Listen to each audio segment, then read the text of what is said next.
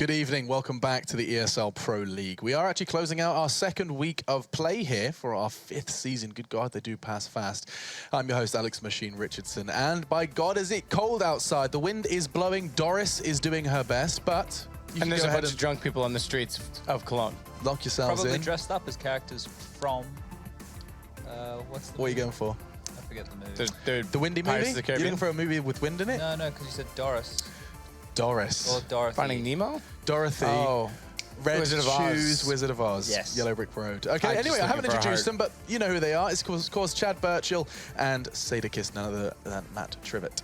I got it right this time. You did. I've been practicing. Yeah. I'm very proud of you as well, I have to say. It takes some practice, but we got there. Pronunciation aside, if you are new to the Pro League or perhaps haven't been keeping up to date with all of those standings, this is how we do tend to start the show. We can bring it up just to demonstrate exactly how things are going. The start is just as important as the finish. And so far over in North America, you can see it reads, as Chad did point out yesterday, a bit more predictably than perhaps over in Europe, wouldn't you say? Yeah, COG is a bit of a surprise. They went up there yesterday. They've made a few movements overnight.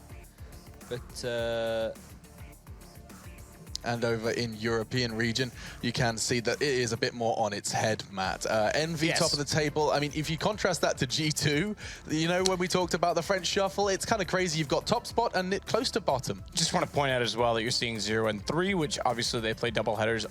Even numbers should be the only things on there. That obviously has to do with the reschedule last night when they were playing Fnatic. But yeah, down 0-3.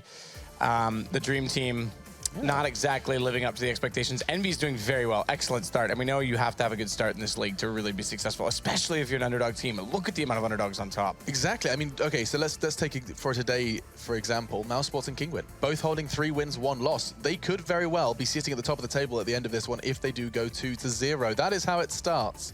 And then we end with a crescendo of the evening with, as I posed it yesterday, and in fact, as Maniac did too, David versus Goliath. New addition to the Pro League versus defending world champions Astralis. Now, LDLC, they have had their fair share of, I don't want to say surprises, but some already solid results in the Pro League. You know, we have seen in the past, in the previous 4 seasons, some teams get promoted and it is just kind of, they are the whipping boy. They're just going to be beaten up and just battle for survival. But it feels like LDLC, Kinguin, 2 of them that have been added to the league, both have a chance to actually do something here, Matt. Wouldn't you say? When I say do something, I mean they're not just going to be sitting there being free wins. Yeah, no, both teams, I mean, both teams have explosive potential on their teams. There's no doubt about that. They have individuals that can step up at any given moment. And if any of the top teams have an off night, we know how easy it is to find upsets in this league. It seems the online is still volatile. It seems that teams that are, you know, of the upper echelon, I hate to use the tier thing, especially when they're all in the same league, but you know, the upper teams that are going to more tournaments are coming back tired, maybe jet lagged. That's the chance for these guys to strike, the lower teams to strike. I mean, you're talking about big tournaments. You know what's better than just around the corner. Katowice, Vegas has only just ended, and already Counter-Strike teams are going to be preparing for another big one. We head to the Spodek Arena, and this is how the group draw did go down. This is a quick reminder for everyone at home. And of course, Chad, you were part of this drawing process. We did argue that your group came out a little more weighty than that of Henry G's. Red. Yeah, and it's mainly just because of recent results, right? Yeah. That's why it's looking that way. Optic have dropped off a little bit, NIP have definitely dropped off a little bit. On the flip side of that, you've got FaZe, who are going to bolster their lineup with Nico coming in, so that makes that group maybe a little bit more scary. What we saw from Fnatic last night was actually better. We saw more strategy, more diversity. So going into this event, it's looking interesting. And that is, of course, going to be starting pretty much next week. So if you haven't got tickets, or if you want to watch online, make sure you do keep your calendar free to watch some CS and the Katowice crowd, which will be kicking off later on in that week. Virtus Pro. There they are. Oh, this is the prime example, yeah. I mean, when was your first Katowice, Matt? Last year. Last year. I hosted it. You cast it. Oh, that's right. Yep. Yeah.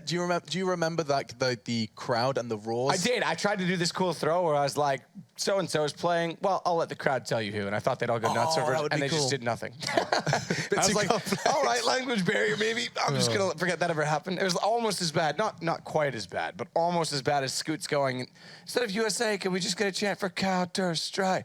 And nothing happened. Nothing happened. Yeah. Remember that at MLG? Yeah. Well, I put my foot in my mouth at one point, and Fiflaren kept poking me at Cologne. He was like, hey, why don't you start the Virtus Pro chant? And I was like, no, it's a bit silly. No, I'm fine. He was like, oh, Alex, what, are you scared? And I was like, okay, Virtus Pro. On the mic, in the big arena. Damn it, Fifth Laren. Yeah, never do it. They'll Don't listen troll to you him. every time. Don't listen to They'll him. troll you every time. They did it, I but had it fun didn't- hosting that event, though. I was there in good. 2014, well before you, mate. Do you want to know? Yeah, well, see, you actually played on a team that was capable of It things. was my first major. That was when you had all the cool hair. It's a shame. Can about I that. say that was the first time you guys qualified? Can I say as well that Katowice last year was the last time the Fnatic lineup that is now back together won an event. Oh, good It will call. mark almost, well, not quite by dates, but it will Close mark enough. 1 year of events that Fnatic has now not won an event, Now which is pretty that's- significant. That's huge. That's going to be really fun, especially just to see what they can do in their group. The likes of FaZe, NIP, Astralis, Optical going to be battling to try and knock them off that podium and stop them from progressing to those playoffs. But you guys can let us know who will go furthest at Intel Extreme Masters. You can cast your vote either at Facebook or Twitter. Now, I think some of the votes gonna are go with coming in Henry already. G. Henry G is going to go the furthest? Absolutely. If you wanted to go for a Counter-Strike team, perhaps Chad would. The likes of Astralis, SK are probably going to be up there. Virtus Pro as VP well. is in the finals is what everyone wants, right? Especially Yeah. that Polish crowd. Oh, I think it there's a would be chance. cool. They've been in 7 finals since July of last year. That's ridiculous. Bad. And it did seem like Taz was getting really sick do the math on of this super team rhetoric. That we, did you see his pre-match interview, Chad, over in Vegas, where I it was think it was just like, 6. Sorry, I think it was 6. Sorry. that was really important. Thank you, Matt. You're welcome. Integrity. The point I was trying to make was that Taz. in Taz's pre-interview, he was just like, you guys all getting hyped about super teams, but look at us. And 6 still a huge number. You can't sleep on VP. Oh, definitely not. I think they're so unique to the Counter-Strike scene, Yeah. right? There's no one else like them. No one else can be compared to them in terms of being like the same level of family or pushing the boundaries of a lineup like these guys and having the diversity that they have. And yeah, I guess they do get like slept on a little bit, right? Because it's not seen as exciting in the terms of like your Kenny S and your Shocks. Because they're always around. The players in that team have been exciting over basically the whole tenure of Counter-Strike, Yep. right? And I think that's why they will go down as a legendary team, as 100%. probably one of the most legendary teams over the whole history of the game. Zero doubt in my mind. Now, perhaps we can go ahead and show you guys some of the perhaps future names in competitive Counter-Strike. You guys, it's one of your favorites of the show. It's called Community Plays, where we take a look at what you guys have been up to in those CS servers.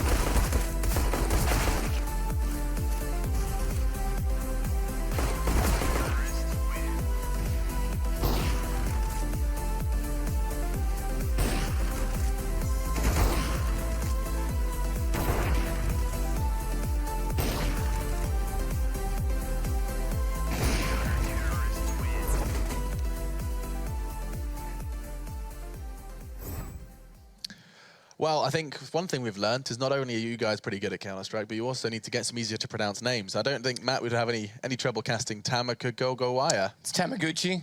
Oh, excuse me.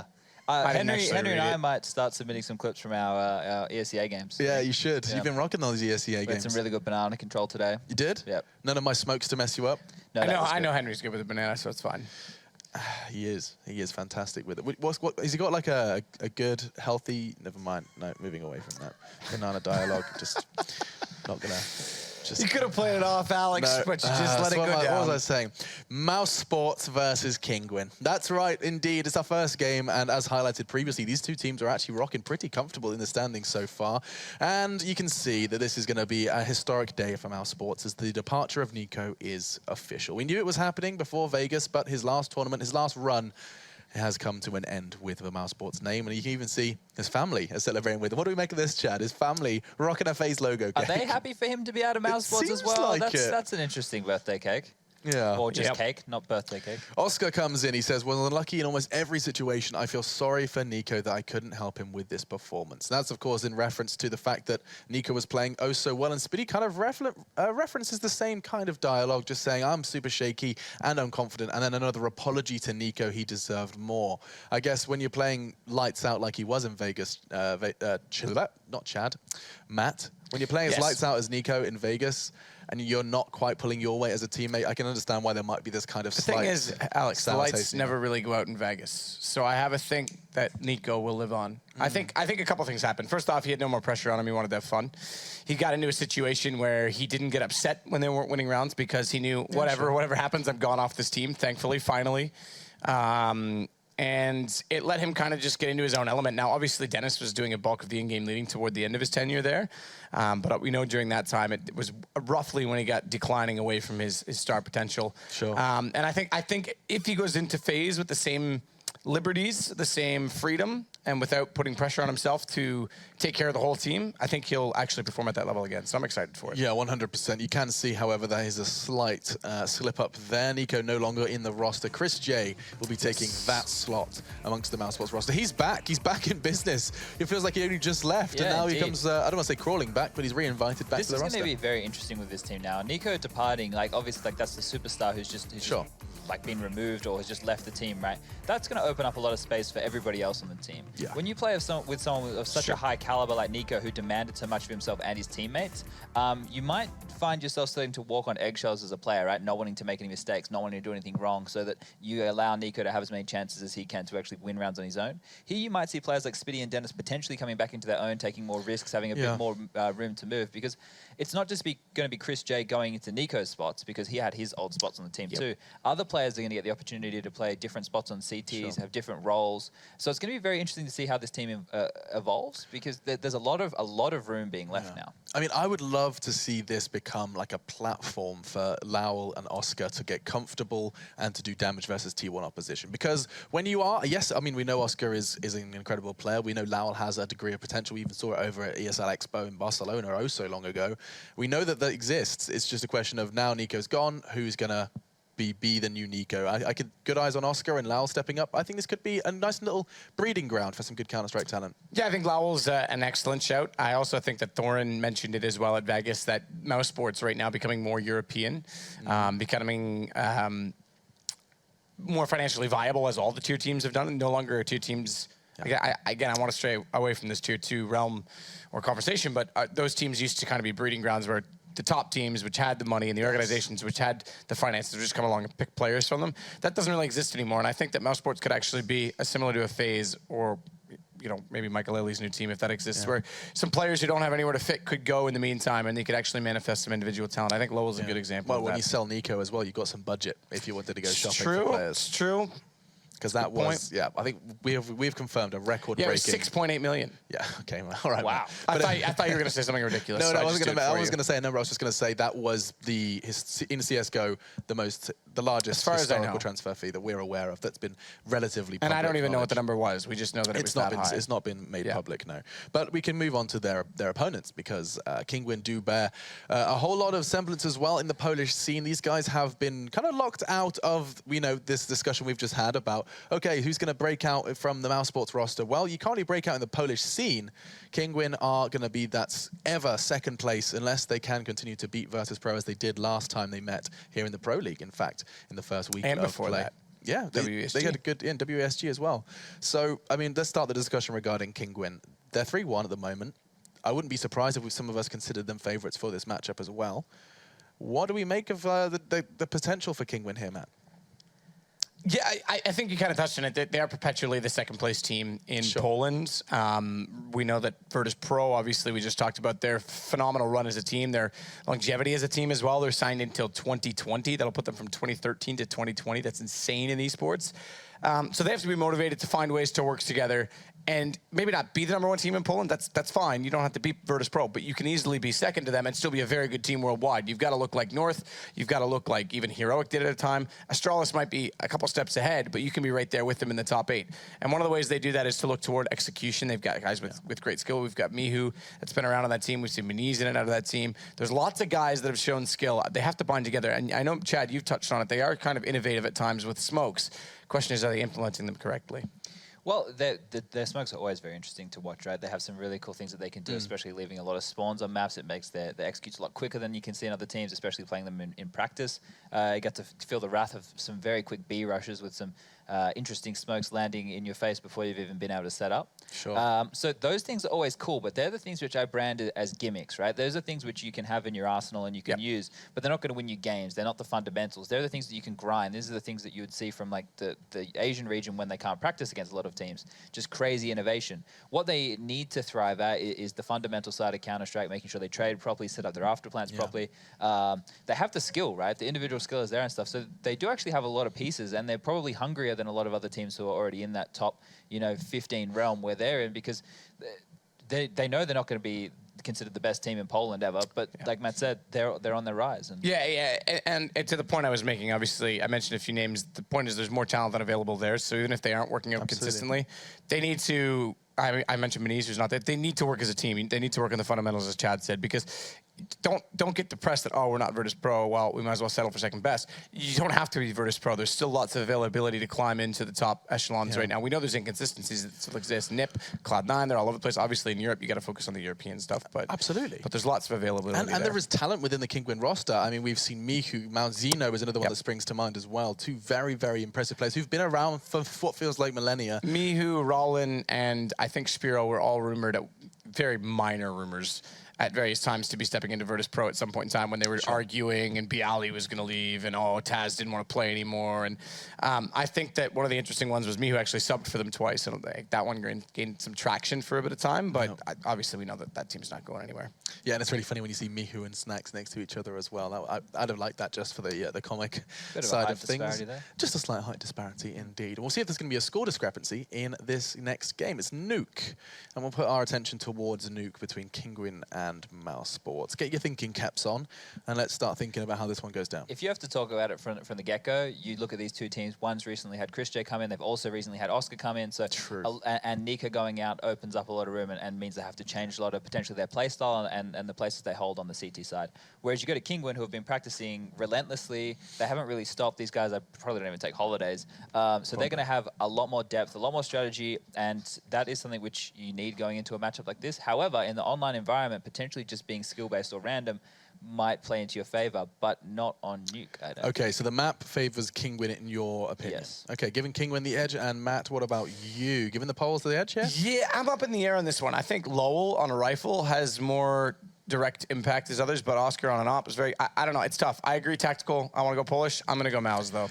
Okay, giving mouz the edge, I think those individuals, however messy it may be, will take over Kinguin and their impressive strategic minds. Right, let's jump into it then. Your casters are ready. Pansy is standing by with the ever-lovely Henry G. Yeah, thank you guys. A little bit of a discussion about you, Henry, on the desk there, but... Yeah, getting wrecked as usual. Always an interesting one. Always interesting to see their thoughts. But yeah, we are about to get underway into this, and I think they're actually about to dive into this, so we can get into it right away. What are your thoughts initially coming in this one? Obviously, they've highlighted who they're sitting with on this, but so much to be said, and it's already underway. We should probably just get on with the game. Yeah, let's just dive in now, as it looks like Dennis already is going to be getting himself building up pretty nice and early there, but there's a bit of a bite back already from Kinguin, trying to take some aggressive control towards outside. Oh, there's a nice shot there from Chris J. Well, 3-on-2, Dennis to open things up, and Chris J finds 2 headshots. It's just to be 4 on Furlan, a very fast approach towards outside. It's quite rare on pistol rounds to see that. Obviously, the USP and the PD-1000 having a huge range advantage, as has been demonstrated there. That's actually quite a clean sweep for mouz sports. Dennis, he opens things up.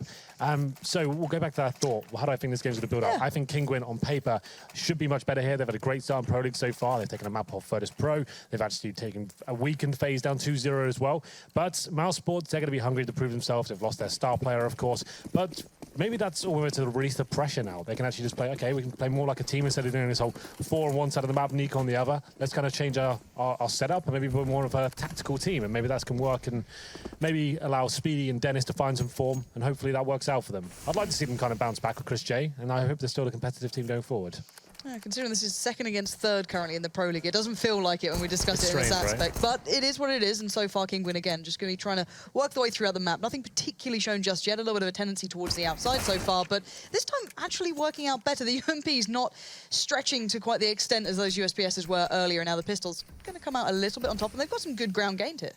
They certainly have. Well, the smokes have been deployed towards outside as well. They'll be going towards Secret, and Chris J, only that UMP can't really do much about the situation. His teammates dropped.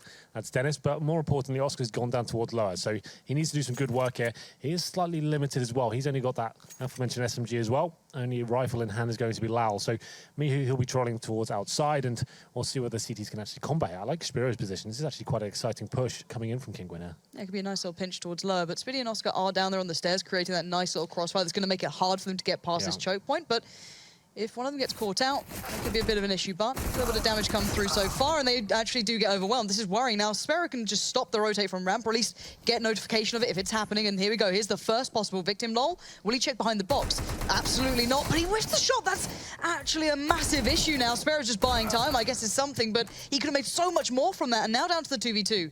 Bomb is planted, and it's retake time for these guys. That was such a blunder. Now it's actually a possibility for mouz Sports here. Up to Rylan, gets in the dark spot. Still 2 players to find here. Lowell low HP as well, so you still do favour Kinguin on this retake. And we'll see if Rylan can land the shot, and he does. That's lovely work. Now, Chris J has to get to work pretty quickly already. Chris J knows where 1 is, but the second is the problem.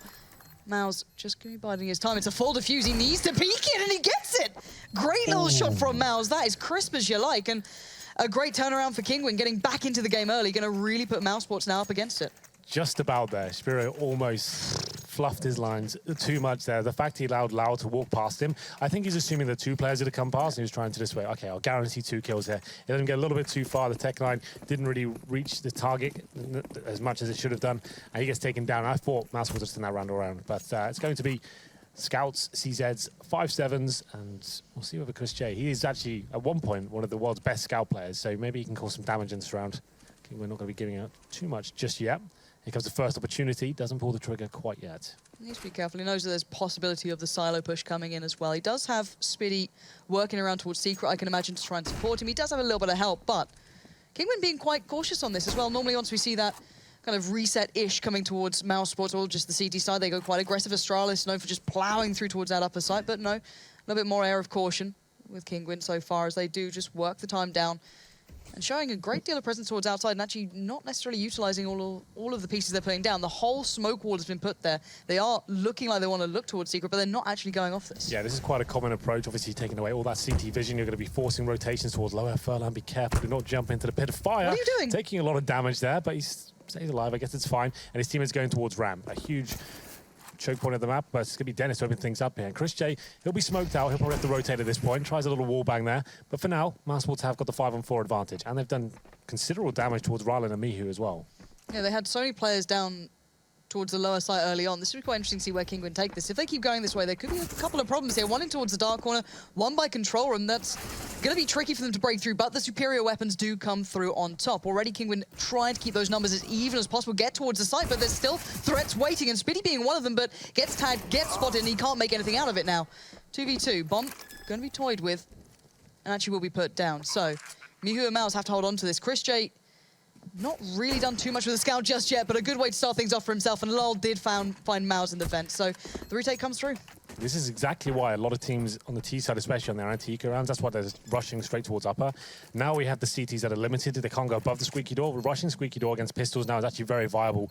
If you start slowing things down and try to face towards outside, you take a lot of damage there with the scout. Christian only gets 1 kill, but he actually assisted in a lot of the frags coming in. They funnel Kinguin down towards lower. There's some blunders made, like jumping into their own molotovs towards secret steps and then separating themselves. There's no refrag potential at that point, right? He's faking towards lower. He goes down. They're getting picked off 1 by 1. You're much better off just, if if you are going to slow things down, stay as a tight unit, have one person in T-spawn watching the flanks, and you're just trading frags. I think they kind of overthought that situation a little bit too much, trying to be too clever, and mousesports capitalised and actually managed to pick up a couple of AKs here. Another 4 spy coming. This certainly is the war of attrition, but we'll see whether miHu can get anything done with this AK-47. Yeah, mouz is there on it as well, but Oscar with a quick start. Not what you want to be seeing if you are a Kinguin fan, and already Furlan as well taking a fair bit of damage through that door, I can imagine. It's going to get confusing. We've obviously got Kinguin player called mouz, and we're going to refer to mousesports as mouz as well. So that's very true. We'll go for the full titles. That's what we'll do, just in case anyone gets confused. Because I got a bit of confused. I was like, what's going on? Okay, that makes sense. At least it's not the double Dennis. That's no one appreciates that. Yeah. No one appreciates it. But let's look at Kinguin. What are they up to so far? And to be fair to mousesports, they're not particularly giving them many opportunities at the moment. They're not going to be peeking out towards these deagles just yet. And naturally, mouz is going to find Dennis. Now, that's something to pick up at least. But the trade does come out. And slowly but surely, they are creeping through towards that secret area. But the bomb's still not been picked up nor touched. And they're down to 2 players here. miHu's in decent position, but I don't know how much work can get done. And Rylan, again, looking for chances here. He's got himself in an interesting spot, but no bomb near them. They're going to have to give away where they are at some point. Well, all the options here. miHu getting himself in a decent position towards heaven. They have got a lot of frags to find, and the bomb's still down for now. But miHu could make something happen here. Opens up that first frag. The double comes in as well. Both headshots. And now this is an actual possibility on this 4 spy.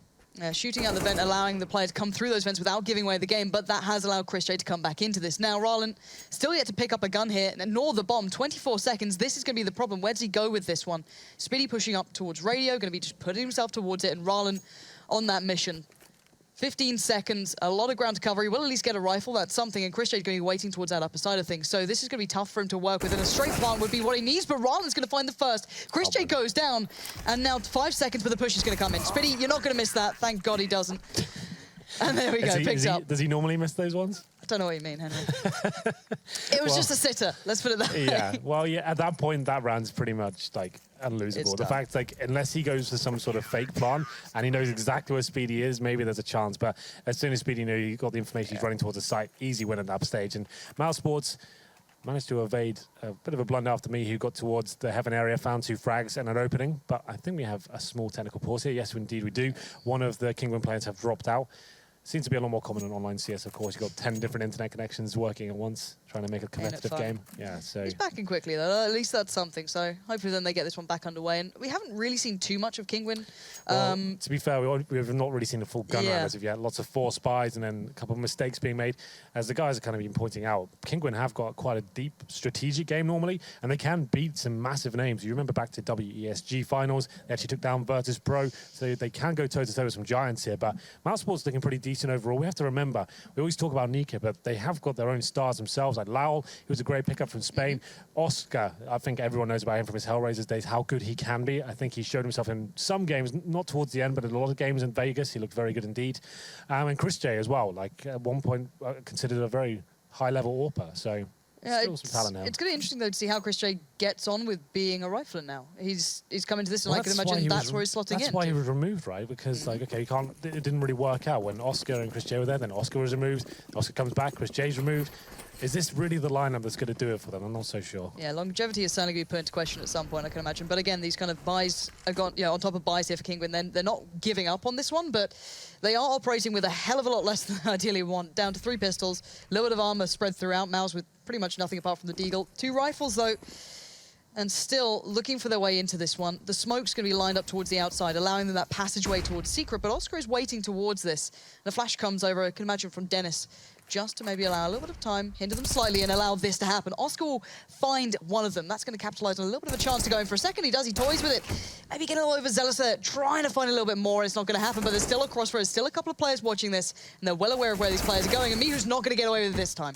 Certainly not. And now they've lost that man advantage. It was a 4 spy. They have 1 smoke remaining. But Furlan doing some decent work here. This still is a possibility. The 3-on-3 comes in. Furlan's down to 28 HP. Rylan not far behind. And Spiro trying to do what he can towards lower. There's a player towards the window room now. I believe that's Speedy. And he could be the fly in the ointment here. But Spiro is still undetected for now. He could actually ruin Speedy's plans. But he seems aware this could be a possibility.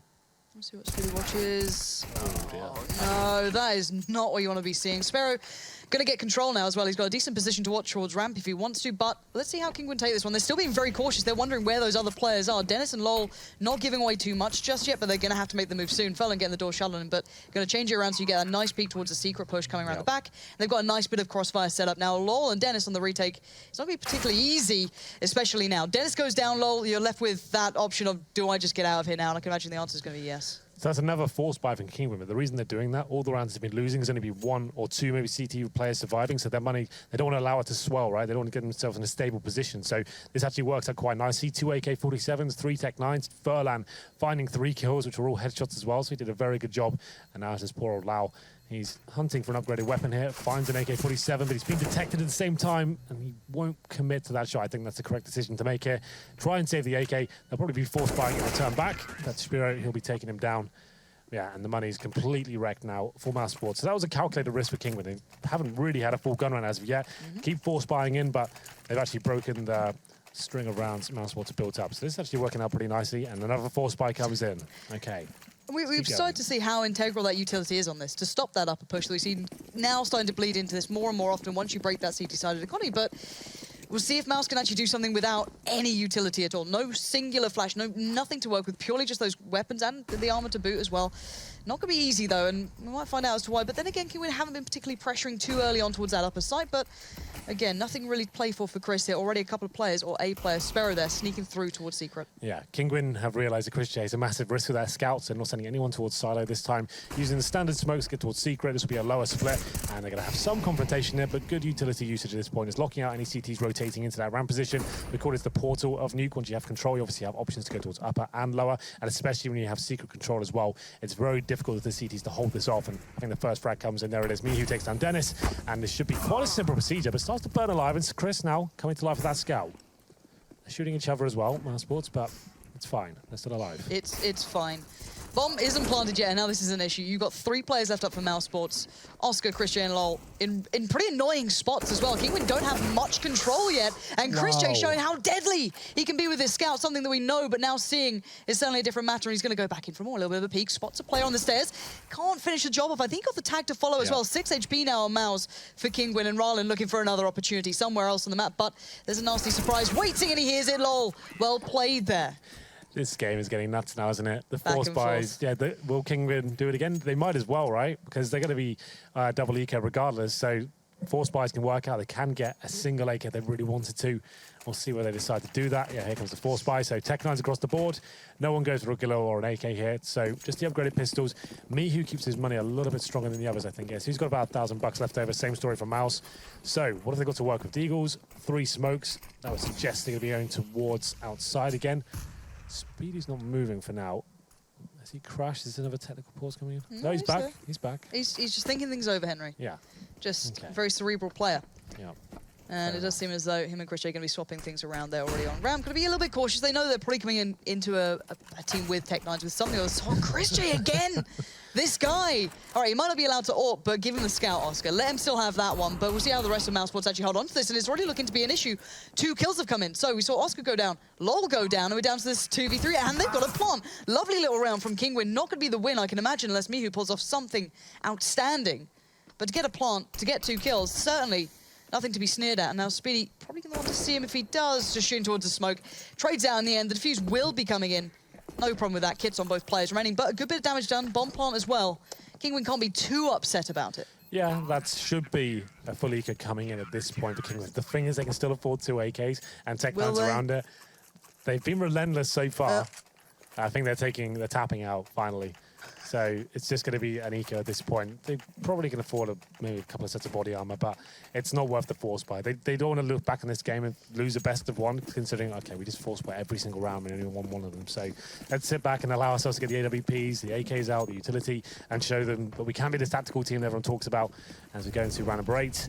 And scout this time, full array of rifles for the CTs, and should be quite a convincing round and a chance for mouzSports to keep 5 players alive. I do like a little bit of aggression here from Dennis as well, pushing himself towards the outside. It does mean there's a little bit of a threat if they did go on the catwalk, if they had anything more than just pistols, but they don't. Oscar's basically keeping Dennis safe. He's not been able to do too much. Yeah, he hasn't had to really do anything. Now he's been spotted. He's got to be a little bit cautious. We know how deadly pistols can be close these days, but perfectly fine, well kept, well handled. 5 alive utility as well, back into the hands of mouz. They're now stable. We finally get to see Kinguin as well on the 4-buy. Yeah, it's finally happened. Round number 9, we have a gun round. It's come in. Beautiful CS, Henry. Well, the thing is as well, the mouse sport's still kind of limited. They kept 5 players alive, but they don't get the AWP out. They can't just throw away one of these rifles, right? Luckily, Kinguin don't have the AWP to return with. So round number 9 comes in. I'm going to assume it'll be a full-on default here from mouse sports. Smokes towards outside, try and get one player there. And we'll see what happens as we go into this one. Speedy, getting a little bit aggressive towards Ramprim, using that smoke just to try and spam through. And Dennis, though, he's hungry for more frags after his success in the previous round. It's going to be a little bit tricky to back away. Players are starting to utilize the silo now. Mihu could have made a little bit more of this, but he's being quite patient about it, maybe wondering, is Chris J supporting? Is he watching somewhere? Is he supporting Dennis out here by T-Red? But Dennis not going to back away from this. Kinguin's certainly going to be feeling uncomfortable. Going to have to use the molly to push Dennis back a little bit further, but still not going to actually back away too far, and it's just not spreading far enough to actually hinder him here. So they might start considering he's backed away, and they maybe didn't expect him to still be out there, but he's done good work. Roland going down, lovely little hit already, going to hinder that T side.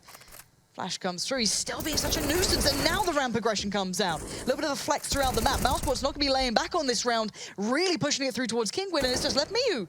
Nice little shot towards Dennis, but he's got 2 more to find in 50 seconds and has to get the bomb now. That's actually quite smart play from Mousesports overall. Dennis gets 1 kill, spots 2 more as well. That means the numbers will be extremely limited towards the lobby. They push in and capitalize trade effectively as well. Miu's done a decent job to get a kill back in return, but still, this heavily favors towards Mousesports. Good news for Miu, though, he does have the bomb, Molotov to work with, and this is Mousesports round to throw away. They can just play together. It's very difficult to get down towards low and plant that bomb, especially when the CT's playing together. They are not quite going to be playing each other, but I guess at this point they're complementing each other in the sense that we've got one player watching towards outside and Speedy, Lau patrolling towards upper. So if it goes down towards lower, which could be quite a strong possibility here, Miu could just sneak in the vents. Not going to take it. Spiddy might be able to spot this at some point there, and Spiddy just came up the ladder in time to be able to spot that, moving away from lockers, but Miu's still going to be trying to bait this out. Molly goes down, time is of the essence, 5 seconds left. He's just about to get it done, and they've run through the Molly anyway. They just powered straight down. Nice idea from him, but sadly, time was just nowhere near close enough. Yeah, it was quite a nice idea there, but Mousesports with educated risk, I guess, at that point. Is running through the flames, only going to take about 25 damage, and it's denying that plant as only had 5 seconds remaining. Oscar, some nice work with the AK-47 there. Ooh. So Mousesports find another round, and fortunately for Kinguin, haven't really seen too much from them yet. Chris J's on the AWP, okay? So everyone's expecting Oscar to superstar AWPer, right? And like, AWPing like he was in Vegas, but it seems like Chris J, at least for this map, from what we know so far, he'll be on the AWPing responsibilities. Yeah, vent dives do become a little bit more possible these days. Felon's got down there and he does have the bomb, so that could be a possibility, but maybe just trying to bait people in, pretty much, just looking for chances. Chris J has found Mihu, so maybe good for him to just build up the confidence on the AWP, just say, all right, guys, I'm going to get some couple of kills on the board, hopefully. Spiddy is already down by ramp, so if Ferland does break this, I can imagine the alarm bells will start ringing. Nope. Plant comes in. How's that happened? Don't know. And yeah, 5v4, Plant goes through, and don't you dare, Spiddy, don't you... mouz finds Speedy, and now there's a little bit of a problem. There's a little bit of armor as well. mouz has that for Kinguin, and there we go. Ferland shuts down Oscar. It's not pretty, and it may not be around for them, but this has certainly got a lot worse than it should have been. Just one player remaining. Furlan. I'll try and see what he can do here to defend the rotating CTs coming in. He's going to have a very tall order here. The fake defuse should be coming in momentarily. They're dropping the smokes towards Decon as well, but he'll be on the other side. He can find this first kill. There is a chance, but Dennis, he shuts it down. So to be fair towards Mousesports at this point, and the older versions of Nuke, especially in CSGO, the first iteration of it, it was much more difficult to plant down towards lower. You couldn't go behind the silo and plant there. Now you can. So if you do manage to sneak down towards the vent, a sneaky plant can come in. And like you said, getting towards the vent is a lot easier these days. Well, ever since the last 2 months. The last patch, yeah. Yeah, so now you can nade the door and get there very quickly down towards vent. So there are possibilities for that sneaky vent plant to come in. But the fact is, he didn't do it straight away. They knew there was a player down towards lower, and no one rotated whatsoever. So maybe gifted quite a lot of money towards Kinguin in this round. Double orb setup. Oscar now. He'll be joining in the fun. Yeah, kicks things off with style as well. Gets our player towards lobby. Yeah, that's what you want to see. And strangely enough, neither of the AWP is really looking towards the outer area. You've got Chris J over towards ramp, perfectly viable. You saw what he can do with just a scout. Why not take an AWP there as well? But Dennis has had to kind of play babysitting out here. He can't peek all the angles. He's going to have to take calculated risks towards this. He does have support, though. Chris J came around, but a little too late. Muhu finds him, and now Rylan finds Dennis. And we're back to the 3v3. And the 3 remaining players for Mousesports, Oscar, Lowell, and Spiddy, have to play catch-up now as to where the T-side are actually taking themselves. Yeah, and Furlan, he's towards Garage outside. Speedy trying to hunt him down here. He's towards the window rooms beneath heaven. And doesn't spot much for now. And miHo's in a fantastic position to find this AWP kill. No way the CT can pick this off, surely. But it's Oscar. Of course he can. 2-on-2. Furlan goes down to 31 HP as well. Loud is patrolling towards that upper bomb site. And they'll be sticking together for now. 50 seconds remaining. And Furlan, he's undetected towards heaven. But Ryland's going towards lower for now. So is this all a ruse? Is Ryland going to try and get towards lower the bomb while Furlan distract towards upper? Or does he go towards ramp and see if they can split the bomb set together? It looks like it's the latter. Oscar's got the cross, though. It depends if he's going to hold this angle the entire time. If he does, I've got a feel he's got this one in the bag. Ryland's got the bomb, and there it is. Bomb goes down, and sadly for Furlan, he's a little far away, but he's actually by ramp. Oscar could be in a bit... Oh! Hello, Oscar. That's a bit of a peach. Furlan just got absolutely dumpstered. 4 kills for Oscar. And I guess that's what we want to start seeing with the AWP, but he passes it off Chris J. Yeah, they had a double AWP set up, and it looks like Chris J, at least on this map, is going to be the main AWPer. Oscar with a lovely play there to finish the round off. The AWP shot towards backstep, which pretty much secured the round, and then the PT50 for a bit of flair there as well. So in terms of loss bonus for a maximum stage for Kinguin, not with the bomb plant, so do get 5 AKs out, and then have a little bit of utility as well. This looks like a faster round, straight up upper rush, boys. Nothing else is working. Let's get in there, run through the fire as well. Yeah, the smoke certainly helped him out. mouz almost followed up towards the rafters then, but LoL does manage to stay alive. And mousesports tear themselves back into this round. Kinguin finally kicking up the pace, but merely to be met by a wall of mousesports. And now miHo and Furlan timing might not be on their side. And certainly for miHo now, if they actually do check towards Squeaky, I can imagine Dennis is probably watching it anyway, but not a situation you want to be left in. Looking near on impossible with no utility to try and piece this round back together with. How far can he get out here without being spotted? It doesn't look like too far, but a lovely adjustment towards LoL. But there you go, 1 step too far. Speedy still watching. Gets the round on the board for mouz here. Well, nothing has been working so far. Let us remember as well, one of the rounds they picked up were with the Tech 9s, and so far, these upper rushes and defaults haven't been working out for them at all. mousesports locking it down. The incendiary just kicked things off towards the squeaky door. It was Kinguin to decide to run straight through it, and it didn't really work out in their favor. Lau picks up 2 easy frags, and then they only picked off 1 by 1 at that point. Another force pipe than Kinguin. 5 AKs once again, but is lacking any real utility and no AWP to work with it. Chris J back on the AWP, of course, and he'll be towards outside, and he will have a little bit of a challenge towards our silo position, but no one facing just yet. Dennis, so relentless at doing this. He seemed to get the timing right on it. He's going to walk around and spot a good couple of players. This time, though, Ryland turned, so did Furlan. They actually find him, so that's a nice addition for them. Maybe they can work away in towards this map now. It feels like they've never had an advantage, but it's not going to stay for long. Oscar pushes through Squeaky, finds a Sparrow, and brings it right back to this 4v4. Well, there it is. Dennis looking, he's quite confident right now. I wouldn't really imagine him to make that kind of pick in the previous mousesports lineup, but goes for it, gets taken down, but a nice reaction coming from Oscar. As soon as they lose that first frag, he brings it back to a 4-on-4. But Lau, I thought he was dead to right there, but manages to pick up the frag, and Chris J chimes in as well. 4-on-2 now. Things are falling apart dramatically for Kinguin. Yeah, it's falling apart at the seams. Furlan's not being able to get a step towards the outer area. A massive tag coming through. He's down 21 HP, and Ryland's a mile away. So what are you going to do here? mousesports seems so much more well-rounded at this moment. Kinguin just aren't making the impact. They aren't having enough players alive to make the hits they seem to want to, but LoL now with that angle pushing through in case anyone comes in towards Hut, waiting for them. And, well, I don't see Ryland getting away with this. Oscar, though, will feed a little there, maybe open up a chance, but it's 25 seconds here. Ryland's going to have to really speed things up if he fancies this one. Looks like he's trying to get towards low. He shot the vent towers already and managing to get a smoke as a veil as well. Doesn't commit to going down lower now. He's been detected. 13 seconds remaining, 37 HP as well. That should be it. Doesn't even have the chance to plant at this point. CT trying to shut him down before they have to. Lau, a bit of a mistake there. Ryland will be saving his weapon at this point. Back towards T-spawn he goes. So at this point, still with that maximum loss bonus, he does save an AK body armor and a little bit of utility as well. So I imagine the Kinguin will buy up around this. They're pretty much at the point of no return now. They need to start posting the last 2 rounds. Can't let it go to 12-2. So there it is. This has been the story of this game so far, hasn't it? There's 4 spies all over the shop. There's a Galil Tech 9 this time. 3 AKs to go with it, but very little chance to do anything. The problem is they've got 3 players out of head armor as well. Against the M4s, I mean, there's 1 bullet potential. Very difficult to actually do anything with this. This isn't what you wanted to see either. Kinguin have shown they really do have a bit of prowess to the game so far, especially their T-side has been nicely constructed. We really haven't seen much of a chance. Okay, the 4 spies certainly hindered that early on, but we just haven't seen much more through it. But still, Dennis relentless aggression towards outside certainly likes to keep the pressure up, and Chris J supporting him too. Now, Kinguin going to have to keep this in mind. They know he's been playing this, and still they fall for it again. Furlan falls. And now Dennis can still stand outside. He does get found in the end by Rarlan, but now Chris J is there to support. Never too far away, and he's certainly making it look nice. Mihu will fall as well, and this is all looking a little bit too easy for mousesports. Dennis, very confident in the outside position. He only gets one frag, but he sets Chris J up for the slam dunk. As soon as he gets taken down, Chris J comes and mops them up. Going to be mouz remaining, and he's in a 4 versus 1. And this is looking very bleak indeed. It's not necessarily a CT-sided map anymore. We saw that at the major. Most of the teams are spreading the rounds about 50-50 either side. So this is not like half of the course anymore like it used to be.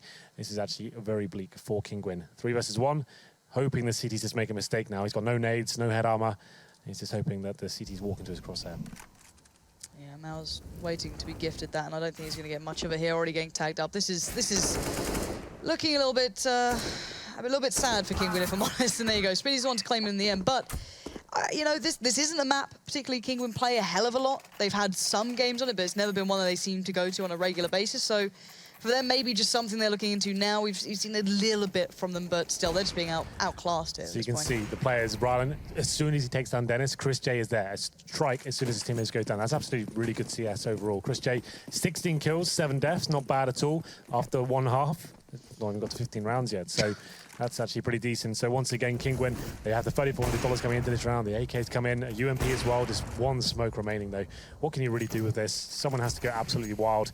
In the previous gun round they got when they had 2 AKs and Tech 9s, it was Furlan, they got 3, and they won the second round force buy as well. So they haven't actually got any gun rounds going at all, really.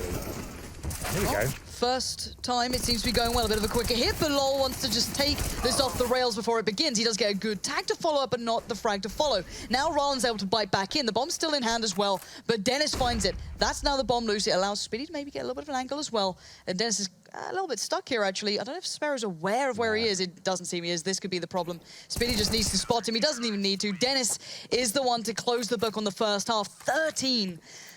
That's a monstrous first half. Yeah, that got out of hand very quickly indeed. Kinguin kicking things off. Lots of force buys. Didn't really show much in the gun rounds. They're only going to pick up 2. This should be an open shot case for mousesports, but we've seen them make big mistakes in the past. We'll see whether they can continue this form in the second half. We'll take a quick break. Do not go anywhere.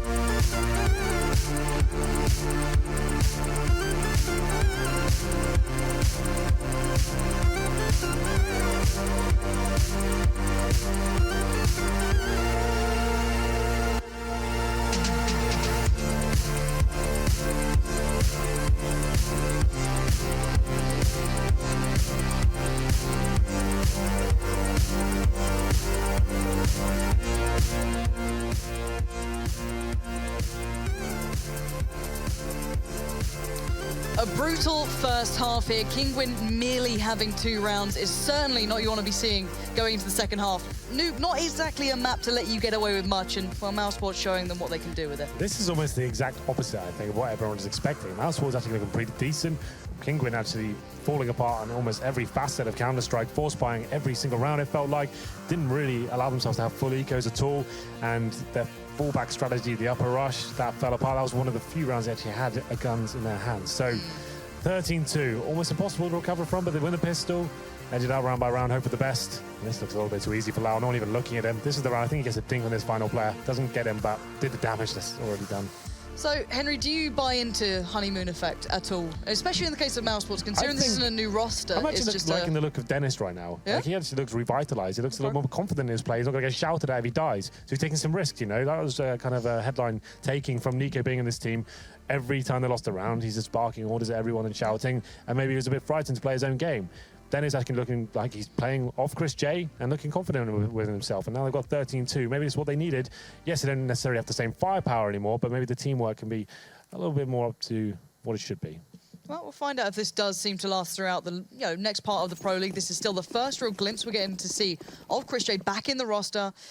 The, I guess, leaving of Nico. And, well, we'll see how this goes with Chris J in the long run. At the moment, it seems like he's doing very well. Very nice himself. Oscar, curious to see how his AWPing now changed. But let's look at what we've got in this round already. Oscar being made the raid boss here and living up to that name already. Furlan's going to be just run over here. Mihu does bark one back towards the mousesports side, and that's a lovely addition from mouz as well. Somehow staying alive, jumping around. Only Oscar so far being able to just cause any sort of scratch towards Kinguin. This is a good start for them. Indeed it is. Up to Oscar now. We'll call it Superman, not Raid Boss. Oh yeah, you changed it? We don't like World of Warcraft. But Oscar, he does. He gets that headshot, takes down Rylan, and now he's in a 2 versus 1. And he actually has a chance to win this one, and that's the opportunity. Mihu thwarts it. He's going to get the headshot there. And that tactic coming in from mousesports is actually very common on Nuke right now. You get the maybe 2 Tech 9s, you throw into players at the best spawn, they buy up armor, running through that squeaky door at the start, and hopefully, well, for most of the time I've seen it, it's actually been working out very nicely, but this time mousesports getting shut down by the USPs, and a sort of shotgun comes in on the T side. Oscar, are you out of your mind? Where is he to go with that? Dive vent against everyone who's got a molly. I've never seen this. It's got to be going towards vent. There's nowhere else, but was he just hoping they were just going to forget to buy mollies? I don't know the plan. I've seen it on CT sides. You can see it where the player above him's playing. Like, maybe he runs on squeaky and kills a gun. Huh? That's like, then what do you do?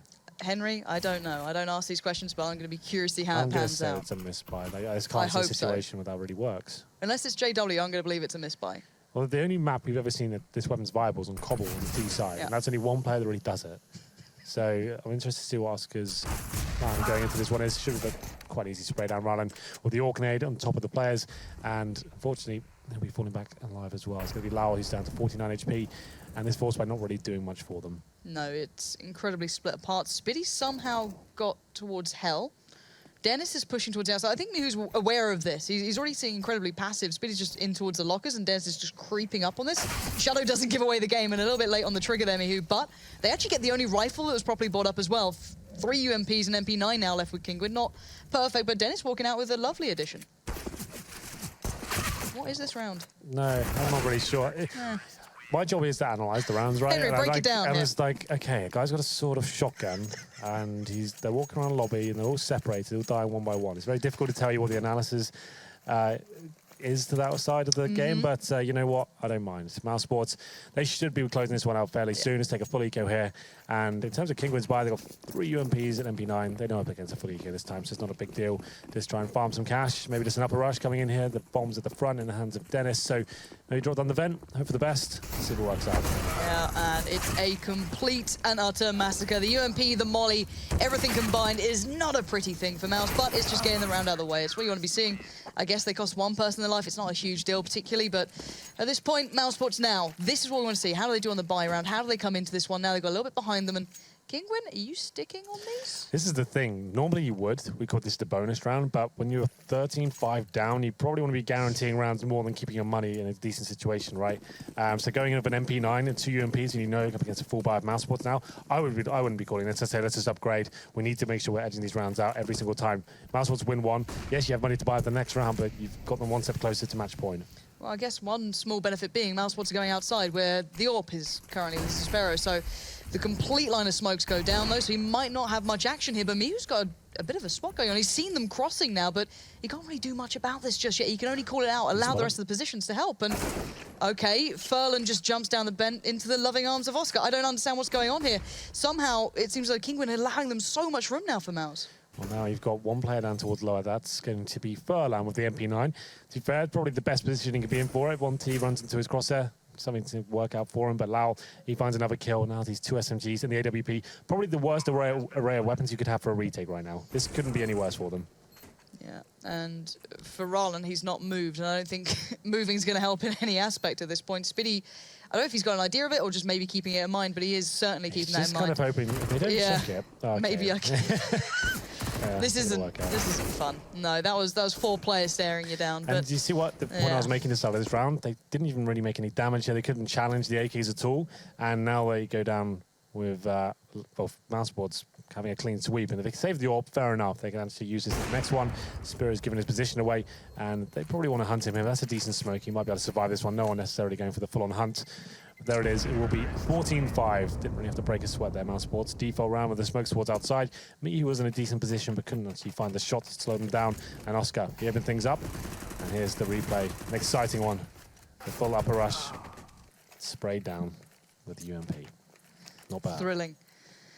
Well, this is Kinguin now on the decent buy, at least. I guess if you want to play exciting CS, just leave it as late as you can to still win the game. But 5-14, they've given themselves a bit of a mountain to climb here. But mousesports still on a decent buy. We saw what they had left over, only losing out 1 in that round at the end while trying to chase the AWP, but didn't come through in the end. So the AWP still sits with Sparrow, but mousesports switching things up here, maybe looking towards a hit towards up, but maybe just buying their time.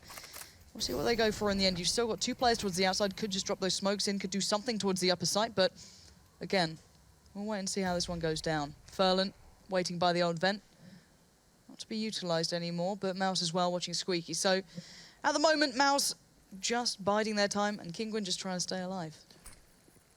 Okay then, well, upper execution potential here. They will be opening the door, and Dennis takes a lot of damage. As soon as he opens the door, he takes about 30 from the Molotov, but it doesn't matter. He gets the kill, so all is forgiven. Up to mouz now to defend the upper bomb side. Timing could be everything on this, and he actually gets it working in his favour for once, but a quick adjustment from Spitty will just swing it right back in the hands of mouz. And in a blink of an eye, the up hit comes in, and it works out incredibly well for mouz. So we didn't see any of that from Kinguin, right? Those upper executions, you're dropping Molotovs, the smokes towards heaven, flashbangs coming in, that's pretty standard stuff. And the Polish side, I think they limited themselves. So we watched this back and think, we didn't really have an opportunity to ever do that. Every time we had AKs, we had no utility to work with, or we only had Tech 9. So pretty standard round from mousesports, and they've got themselves match point. And it's going to be a Scout, a Famous, and a CZ, and a couple of M4s to defend here. No kits. And Oscar, he's got the AWP on the T side this time. He'll be heading towards Ramprum. So maybe that's how they're going to kind of swap the responsibilities. Each half, Oscar, you can have on T side. Chris J, you can have on the CT. That kind of makes sense in a way. All fair. That's a very nice way of thinking about it. But like Chris J, like, I think if you think back to Oscar, like he maybe wants to go for the opening picks and try and get openings on the T side, and Chris J, very good at being dynamic. Oof. And speaking of openings already, this time Rallen's found 2 lovely bits of work going down towards that radio room, but it is traded out in the end, but it's a 3v3, and look at the HP, not ideal, but again, the weaponry is far from ideal for Kinguin. They're down to what, the Scout, the CZ, and a Famous, so it's really far from perfect, but maybe they can scrape something together here. Well, it's going to be Lowell outside, will be swinging towards heaven. You'd assume his teammates will be going in towards that upper bomb site. Molotov towards the side as well. Flashbangs go in. Dennis, maybe he'll just be the sacrifice of low HP, but he's actually be holding towards lobby, allowing his teammates to investigate towards that. But Lowell now actually be heading towards heaven. I thought they'd capitalize that point and go in together, but they're slowing things right down here. Still got a smoke and a couple of mollies to play with, so I guess they can still make these sort of hits if they really want to, but Furlan seems aware this is a possibility, or at least keeps it in the back of his mind as now slowly encroaching would be lol, but he somehow hits the shot and Spitty finds mouz. This is a disaster for Kinguin. They had the even numbers, but look at the HP, it's still so low, but it's a Sparrow. Yeah, the Scout doesn't really matter. It's not the gun you want to be having in this. I guess he's got a pistol if you need to go to something, but here we go, there's the first step, all right. Let's see what you got here, Sparrow. You've got a chance in this. He doesn't have a kit, so time is of the essence for him as well. You have to just make a bit of a guess at this point, but Spitty is the one to close down the account for mousesports. And to be fair, if I'm completely honest, it felt like Kinguin never really got going in that map. No, I absolutely agree. Not the team I'm used to seeing when we talk about them being like a powerhouse with the AK-47s and working well as a team. Didn't see any of that on Nuke. The tactical prowess wasn't there either. So Mouse Sports, to be fair to them, they look decent overall. They're playing off each other quite nicely. I thought it was going to be a horror show tonight, but I'm actually quietly impressed with them. Yeah, I think the next challenge will be the next map coming up, something we've seen Kinguin on far more often. But for now, Mouse Sports, for what it is, looked good. Yeah. We'll have to see if it plays out into the future. However, I do wonder what the desk have to say about that one. So, guys, what are your thoughts there? Thank you very much, Henry and Lauren. Yes, Mouse Sports, I think the words from Henry are quite appropriate here. Quietly impressed. Kinguin, a team that bested VP at WESG, a team that are, well, top 3 in our league currently, a team that have already proven their worth and beaten Virtus.pro in this very league in overtime. But it was not, definitely not on Nuke. Perhaps this is not a map in their repertoire just yet, Chad. Maybe not. I didn't think it would be in Mouse's either. The time thing they played at the Major vs Liquid, and they didn't have a very good time there, I don't think. But I was really impressed with how Mouse were able to capitalize on the communication from their teammates. You could see when Dennis was going for aggressive plays on the outside. Yeah. He pushed around one round, and he saw that there were a couple of, like, I think it was 3 players outside. So other players pushed ramp, pushed hut, took lobby control because they knew that there was going to be less players in that area.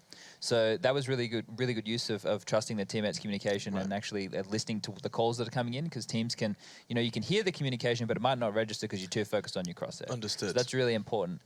Henry was bashing on Kinguin a little bit for all the force buys. I agree when it got into the later part of the game. I think early on, because of the way it was unfolding, it was worth fighting for that, fighting to try and get in control of the economy, because then you can get a decent amount of rounds. But they went too long with the force buys, and when that happened, they didn't give themselves enough money to do proper executes later down the track. It is a very easy trap to fall into, though, isn't it? Yeah. Like, oh, well, only 1 was left last round. Exactly. There's only 2 left this round, and then you find yourself buying, no smokes, no nades, and a couple of poo rifles. I think just from a mental standpoint as well, this is a very important first game for Mouse Sports. To be playing against a team like Kinguin, where they can actually get a footing in the match to get some confidence built up. If they were playing against someone like a Virtus.pro tonight, if they were playing against, perhaps even a Fnatic, a G2, Envious, and all those guys are struggling. But and they lose right away, then they know everyone's going to stay and tweet, oh, team's useless without Nico.